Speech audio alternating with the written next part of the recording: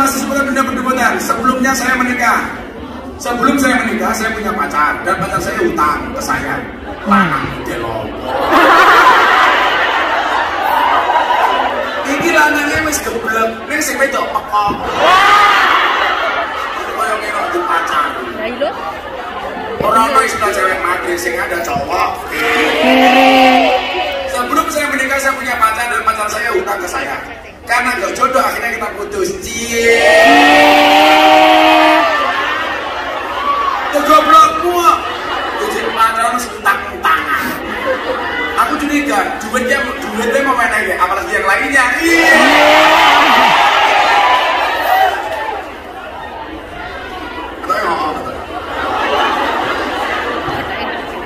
Mesti uangnya rapat ngancung nih.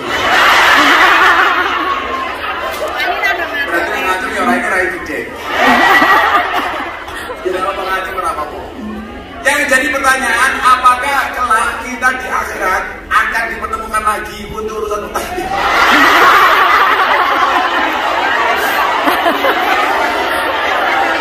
Pertanyaan. Jangan kamu jangan-jangan masih ngarang.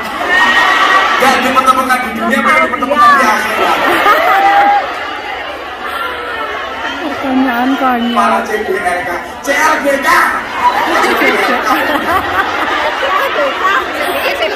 Mama. CLKA. Cinta lama ketemu di akhirat. Oh yo, no.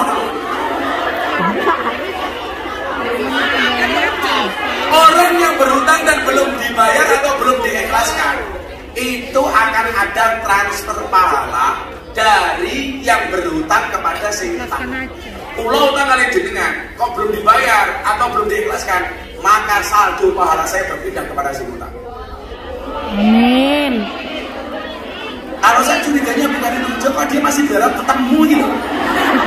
Atas nama Seni Pesek, alah saya. Pesek gabus. Di mana? Orang ini saya.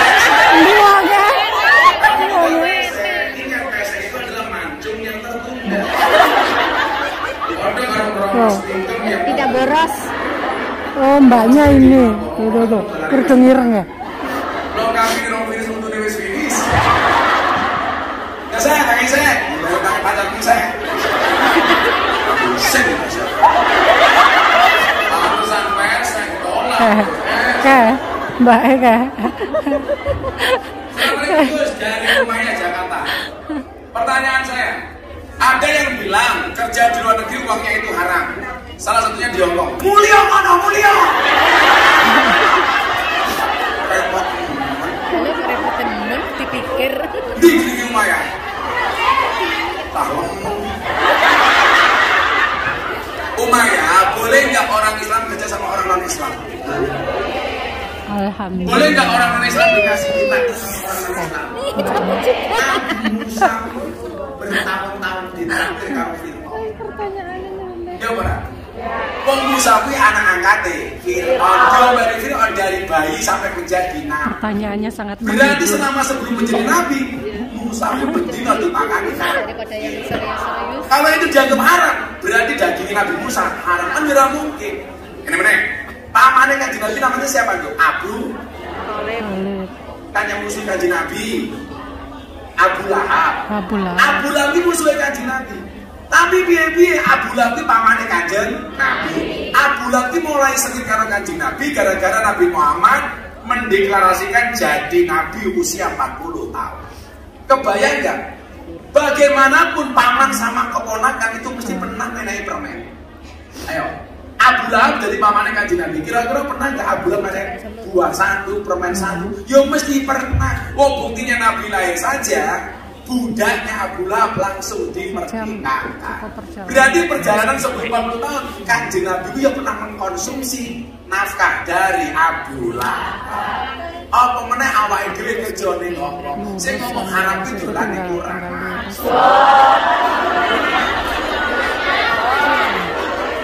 Pokoknya yang dunia ini paling akan dinasihati orang telu siji orang jatuh cinta, orang nomor 2 Fir'aun, nomor 3 pendukung capres goblok. Iya betul.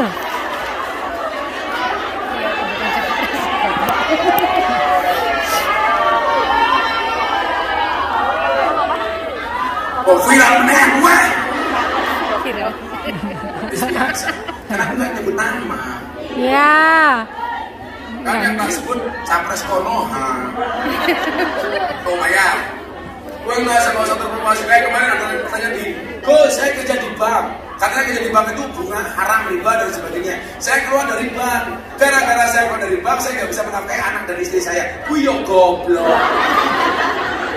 Sekarang mana ada jenengan kalau mengatakan uang bank itu haram?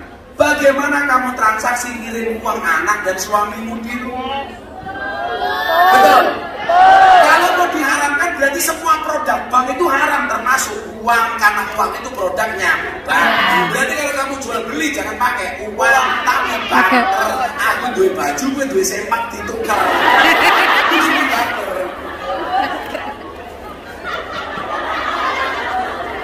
Sekarang begini loh, kalau riba itu mesti haram, itu kita sepakat ya, riba itu pasti haram. Tapi apakah bunga bank itu riba? Itu ulama berbeda pendapat. Karena hari ini hampir nggak mungkin transaksi kita itu lepas dari perbankan. Artinya apa? Dari sudut itu berarti perbankan itu boleh untuk mempermudah transaksi, ngirim anak, ngirim bojo, dan lain sebagainya. Ojo gampang mengharamkan. Ono capres ngomong bebas yo goblok. Siapa yang melarang hutang? Boleh. Orang hutang yang menghutang itu mulia, tapi yang hutang biasanya bajingan gitu.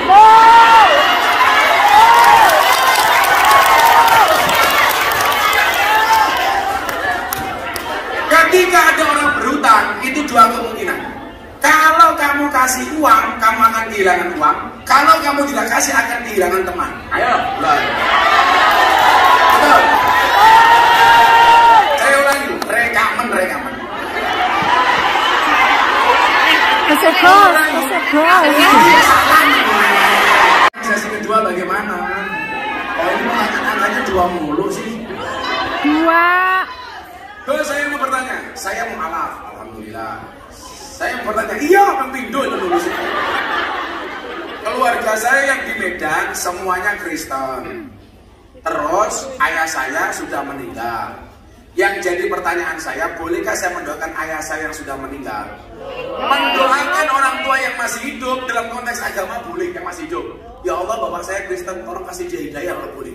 Tapi kalau dia sudah meninggal, kamu tahlilan untuk bapak kamu yang Kristen tidak akan sampai. Contoh begini, HP saya ini umpamanya Telkomsel, Bu Nuris kirim pulsa Indosat, itu orang bakal nyampe. XL yo karo XL, Telkomsel, Indosat.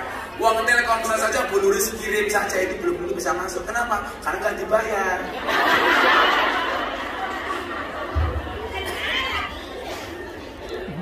Pertanyaan sebelumnya sedikit dulu sih. Orang nggak ditagih dengan akhirat aku mau. Saya soal apa nih? Apa? Oh, PSS. Yes. Ini yang belum ya. Jadi kalau bapaknya Kristen, kamu mendoakan. Kalau kamu berharap doa kamu memperingan bapak kamu dikubur, jelas gak bisa. Karena beda agama dong, servernya. Anak nerimanya bagaimana gitu? Oh agamanya beda. Tapi kalau masih hidup kamu doakan bapak panjang umur, saya doakan dapat hidayah, itu boleh. Tapi kalau sudah mati urusannya masih. Kecuali kamu Islam, bapak kamu Islam, itu saudara, sopor rezeki.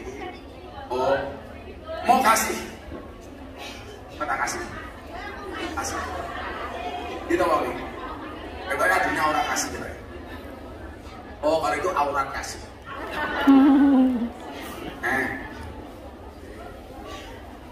Dan aku sih di Rono, lumayan wes. Tengok, nah tenang gitu aja. Lo silang kok, sih buka Mas Aris kok. Gue sih sebenarnya diajak Pak.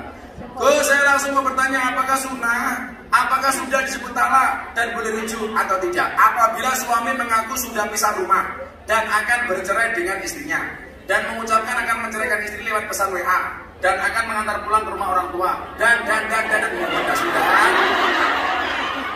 Salah satu. Iki wong Blitar iki, tau gak lurus.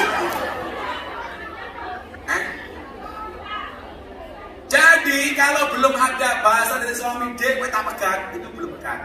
Atau melalui WA. Dipastikan yang WA suaminya sendiri, HP-nya tidak disabotase. Kan bisa. Yang WA kan bisa jadi orang lain, gini apa badan? HP-nya disabotase, kemudian kirim WA, tak pegat. Ternyata dia punya modus senang sama kamu. Jadi kalau baru akan, dia belum cerai. Akan kok, baru mau kok. Kalau sudah D, tak pegat. Tapi ingat, pegat itu nggak boleh guyon. Karena guyon saja sah. Jadi nggak boleh. Pertanyaan berikutnya, kenapa perempuan nggak boleh pegat?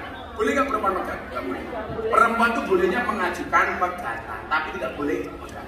Ternyata ilmiah. Ini jawaban saya terakhir. Jadi begini Bu, kenapa perempuan itu tidak dikasih oleh Allah hak untuk pegat? Berdasarkan penelitian ilmiah, perempuan itu 86% cenderung menggunakan perasaan.